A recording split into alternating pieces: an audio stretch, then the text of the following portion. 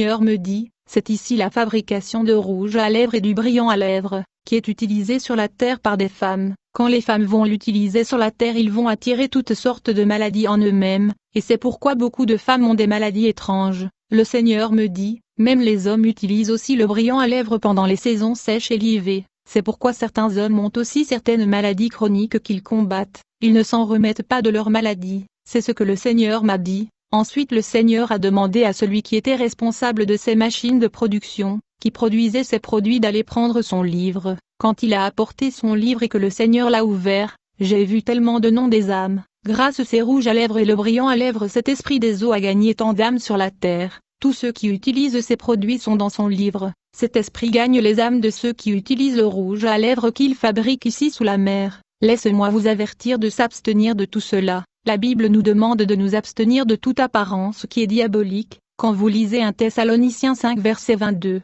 la Bible dit que tout ce qui semble mal nous devrions nous en abstenir. Donc, c'est mon conseil pour vous, abstenez-vous de tout cela parce qu'ils sont mauvais. Attachons-nous à Dieu, servons le Christ en toute fidélité, alors quand il viendra, nous pourrons entrer au ciel avec lui. Puis, le Seigneur m'a emmené à un autre point où nous avons rencontré un triton. Il était aussi en partie poisson, en partie humain. La partie supérieure semble humaine, mais la partie inférieure semble poisson. Quand il a vu le Seigneur Jésus, il s'est immédiatement prosterné devant Jésus-Christ, parce que la Bible dit qu'à la mention du nom de Jésus, tout genou fléchira. En combien plus forte raison quand il est lui-même présent? J'ai vu le Seigneur qui lui a demandé d'aller prendre et apporter son livre. Quand le roi de Côte apporta son livre, frère, il y avait tellement de noms, surtout ceux des hommes. Tant de noms d'hommes sont écrits dans ce livre. Le Seigneur me dit, il a obtenu ces noms à cause des modes masculines et le style de vie masculine. Il est l'auteur de tendances et modes masculins dans tous les domaines. Il est l'auteur de l'accoutrement masculin, des styles des chevelures masculins, des styles des danses masculins. Il apporte sur la terre tant de choses que les hommes utilisent aujourd'hui, raison pour laquelle il a gagné des âmes de tant des hommes.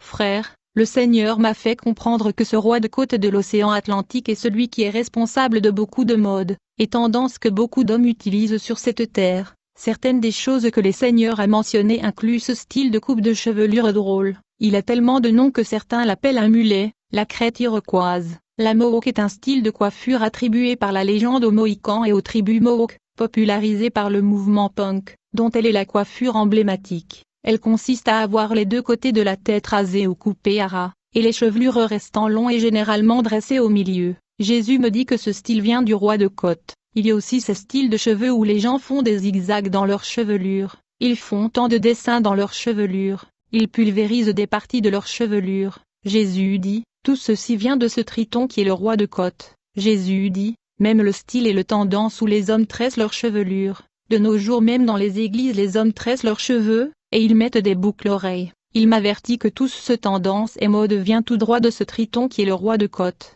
Et même la tendance dans laquelle les hommes étirent leurs cheveux, il me dit que tout ce style de vie masculin lui appartient. Donc, ceux qui sont dans de tels styles, modes et tendances de vie, ont leur nom écrit dans le livre du roi de Côte. Jésus dit, les hommes qui ont perforé et percé leur oreille ont leur nom écrit dans le livre du roi de Côte. Leurs âmes lui appartiennent. Il y a également des hommes qui mettent des boucles d'oreilles. Ils sont également gagnés par cet esprit sous-marin à cause de ce style de vie qui lui appartient.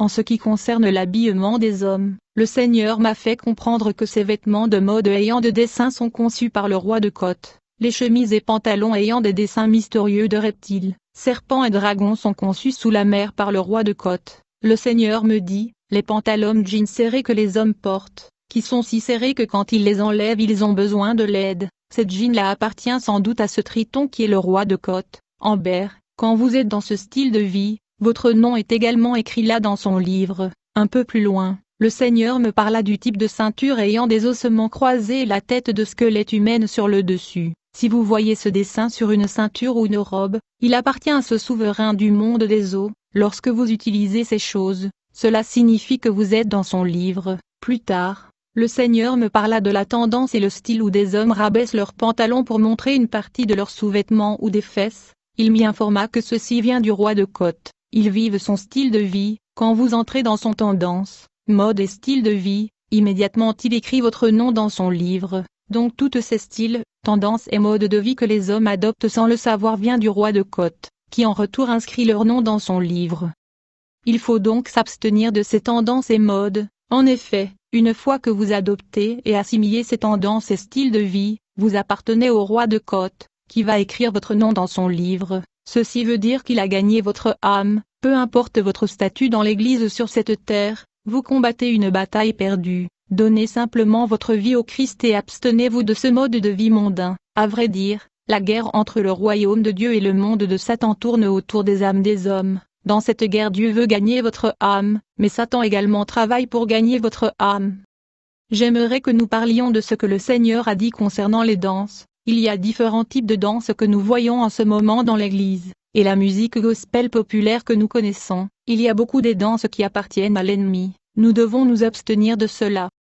Frères, ce que je dis c'est que les choses de Dieu sont simples et si doux. En fait, Dieu a donné aux hommes la sagesse d'être créatifs pour produire certaines choses qui sont bonnes pour l'humanité, mais le diable a aussi produit des contrefaçons. Mais quand vous voyez les choses de Dieu, vous le saurez parce qu'elles sont toujours si simples et gentilles. Je veux donc que vous sortiez de ce style de vie de ce roi qui est le souverain dans l'océan, afin que vous soyez simples comme Dieu est si simple. Vivez une vie bonne et une vie de justice qui nous permettra à tous d'entrer au ciel.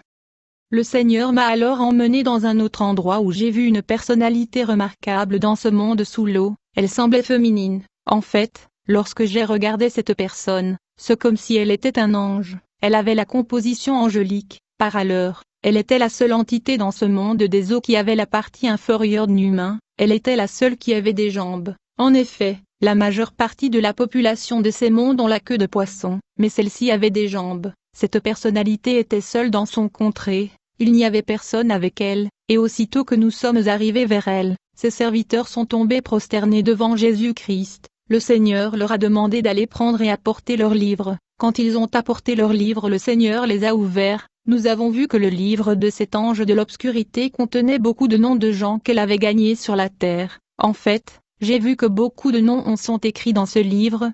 En gros, ce que le Seigneur m'a dit concernant le travail de cette personne angélique qui semble être sérieux est ceci, le Seigneur m'a fait comprendre que c'est cette personne diabolique sous la mer, et celle qui est l'auteur du lesbianisme et de l'homosexualité à la surface de la terre, celui qui est à la base de la dépravation et les pratiques sexuelles contre nature, telles que les hommes qui dorment avec les hommes, les femmes qui dorment avec les femmes. Il est l'auteur de pratiques sexuelles, telles que les hommes qui dorment avec les bêtes et des animaux. Cette entité angélique est celle qui prolifère et provoque la masturbation. Il est celui qui pousse les femmes à se doiter. Toutes ces pratiques sexuelles sont l'œuvre de cette personne diabolique sous la mer. Le Seigneur m'a encore dit, si vous avez bien observé le style et mode de vie des hommes et des femmes d'aujourd'hui, vous remarquerez qu'il n'y a pas de honte. Ainsi donc, certaines personnes ont des rapports sexuels même dans le place publique. Ils n'ont pas honte du tout. Cet esprit est responsable de ce mode de vie sur la terre. Elle a enlevé la honte, la pudeur et la décence à la surface de la terre. Il a enlevé la timidité et les gens sont heureux d'avoir des rapports sexuels, même dans le lieu public et ils sont même filmés. C'est les œuvres de cet esprit. Le Seigneur ajoute, les pratiques sexuelles de cet esprit sont répandues même chez les enfants, aussi bien que les adultes, à tel point qu'aujourd'hui un homme de 70 ans d'âge, peut même avoir une liaison sexuelle avec un très jeune enfant, sans avoir des remords dans son esprit. Le Seigneur est allé plus loin pour me dire, cet esprit maléfique dans la mer a pu même capturer certains couples et mariages chrétiens, en ce sens que les hommes mariés ont des relations sexuelles avec leurs partenaires dans l'anus. Même les chrétiens ont assimilé et adopté ces pratiques diaboliques. Cet esprit des eaux est aussi responsable du pratique sexuelle orale. Elle est celui qui est l'auteur des pratiques sexuelles orales où les hommes et les femmes placent le parti privé de leur partenaire dans la bouche. Ces pratiques sont tellement répandues que même les chrétiens les ont adoptées. Pourtant ceux-ci sont l'œuvre du malin. Si vous êtes un couple chrétien, mais vous avez adopté ces pratiques du sexe oral et anal de ce Jézabel qui est une reine dans l'océan Atlantique, sachez que vous l'appartenez, et votre nom est inscrit dans son livre, au lieu du livre de vie de l'agneau. La Bible dit, ne vous conformez pas au siècle présent, mais soyez transformés par le renouvellement de l'intelligence. Puis Jésus révéla le mode d'opération de cette entité du monde des eaux. Jésus me dit, cet esprit que vous voyez, se multiplie par 21 000 copies, puis il monte à la surface de la terre avec ses doubles. Il atterrit dans diverses parties du monde pour posséder et influencer les hommes de par le monde, et chaque fois que cet esprit se multiplie par 21 000 et atterrit sur la terre, il entre dans le corps de gens pour habiter dans leur corps, pour les influencer dans les actes sexuels dont nous avons mentionné. quiconque aura la porte de sa vie ouverte sera habité par cet esprit, et il va commettre des actes sexuels dont nous parlons. Il y a tellement de pratiques sexuelles pervers et contre nature que nous observons sur cette terre, que même les chrétiens assimilent, et pourtant cet esprit des eaux sous la mer est l'auteur de cela. Aujourd'hui il y a des pasteurs qui prétendent que la masturbation n'est pas un péché, alors vous devez faire attention à ce genre de pasteurs, car la masturbation, le sexe oral et le sexe anal sont des pratiques perverses et contre nature proliférées par les esprits des eaux. Certains pasteurs disent que quand une femme se touche dans sa partie privée pour se satisfaire cela n'est pas mauvais, mais ce genre de pratiques doivent être évitées par les enfants de Dieu au risque de mettre en danger leur salut, dont nous devons faire attention à ces choses. Ceux qui se livrent à des pratiques sexuelles contre nature, et perverses ont leur nom écrit dans le livre de cette entité sous la mer, il lui appartient et sont gagnés par elle. En fait, le Seigneur a dit, quand cet esprit se multiplie par 21 000 copies, elle va s'assurer que tous ces doublures sont entrées dans le corps des hommes sur la terre, elle ne quittera pas la surface de la terre, à moins qu'elle entrepossède des gens avec tous ces 21 000 doublures de son esprit. Ensuite elle reviendra sous la mer, puis elle va relancer cette multiplication de son esprit jusqu'à 21 000 copies, puis elle va voyager de nouveau à la surface de la terre, elle va s'assurer que tous les doublures de son esprit sont entrées dans les corps des hommes et de peuples sur cette terre. Ceci est un cycle qu'elle recommence de temps en temps, c'est pourquoi elle a eu tant de noms dans son livre. Bien-aimés, faisons attention aux actes et pratiques sexuelles qui émergent dans ce monde. Le Seigneur Jésus-Christ m'a fait comprendre que cette Jézabel, cette méchante femme a même dépassé le roi de côte, et qu'elle essayait même de doubler la reine de côte de l'océan Atlantique. Elle pourra dépasser l'influence de la reine de côte, ce qui veut dire que la fin de toute chose est vraiment proche. De nos jours, les gens sur cette terre parlent de leurs droits. Ils ont le droit au style de vie diabolique, les homosexuels demandent des droits, de même que les lesbiens, même les pédophilies. Les gens veulent avoir des relations sexuelles n'importe où, ils veulent avoir des rapports sexuels librement dans la rue, dans les voitures, dans les bus, dans les trains, aller dans les pays européens. Le pire est évident, ils ont ces styles de vie, quand vous en parlez, ils disent que c'est leur droit, c'est l'opération de cet esprit mauvais et nous devons être prudents parce que la venue du Seigneur est proche en ce temps de la fin.